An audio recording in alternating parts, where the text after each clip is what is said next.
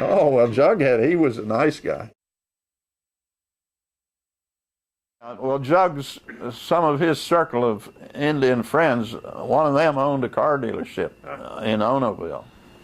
And they had a 57 Chevy and me to run theirs, and I said, sure. And I come in from running a heat, and it was a bear to drive and really hot in the cab. And there's one of them holding a orange pop, bottle of orange pop.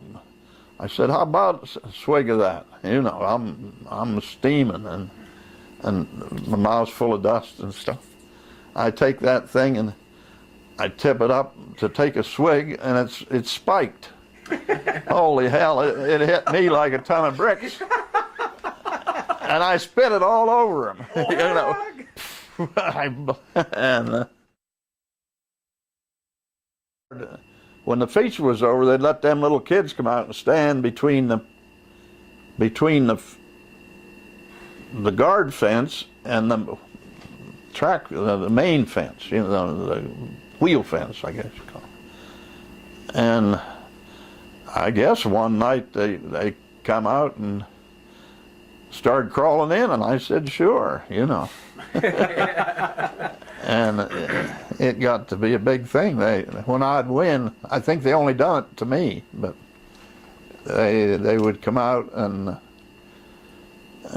this car right here, I drove that into the pits when it was so covered with kids. I had to back up to get up over the little hump to get in the pits. It was dragging so heavy it would spin. That car had such a long trunk on it. Oh, there was a lot of room for us kids. Was you one of them? I rode on that car one night. Yep, you had a big long trunk. Yeah, well, I today yet every once in a while somebody remembers riding with me on that car. I thought it was great. Well, I'm changing a universal joint right up in a good friend of mine's pickup truck with an air punch, trying to save time, you know, and the spall come off the end of the air punch, went right through the center of my eye, clear back into the retina. Oh gosh. And this would have been about when? Probably 70, 71, around there. So you're still racing it? I mean, you're still racing at the time? Yeah. And he gave me a pill. He said it's a muscle relaxant. I took one at the bottom of boot jack, which hill you guys come up. Right.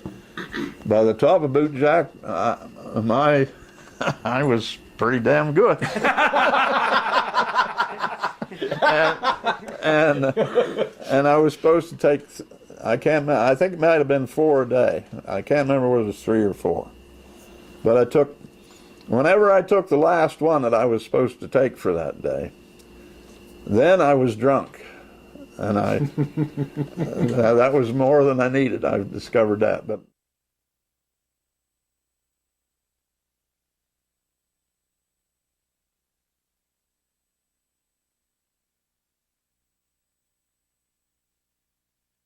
oh yeah, Of fans. What was it like up there? oh, it was really like in '57 or '58. They built a new big restroom complex. I think it was a firecracker. You know, they got to doing fireworks, and them fireworks was a great thing for when they'd have a big show and fireworks.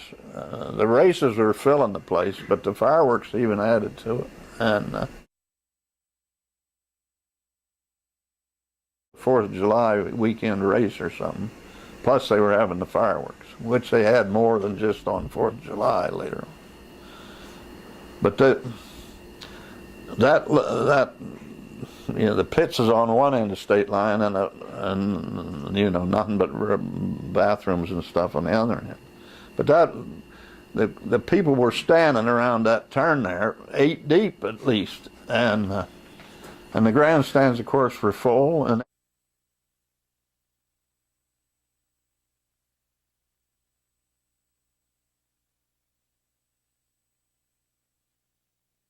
standing clear up to the grandstands, and that's quite a, you know, it's quite a ways around that bottom there. And anyhow, they stopped the feature in the middle of the race, and here people had got up on top of them bathrooms, and they got it so heavy the roof broke through. Oh gosh. And they stopped the race to get the ambulances down there and stuff to take care of the people. How booming it was, you know. And that's when I used to look at the crowd, and for some reason I could run better that night.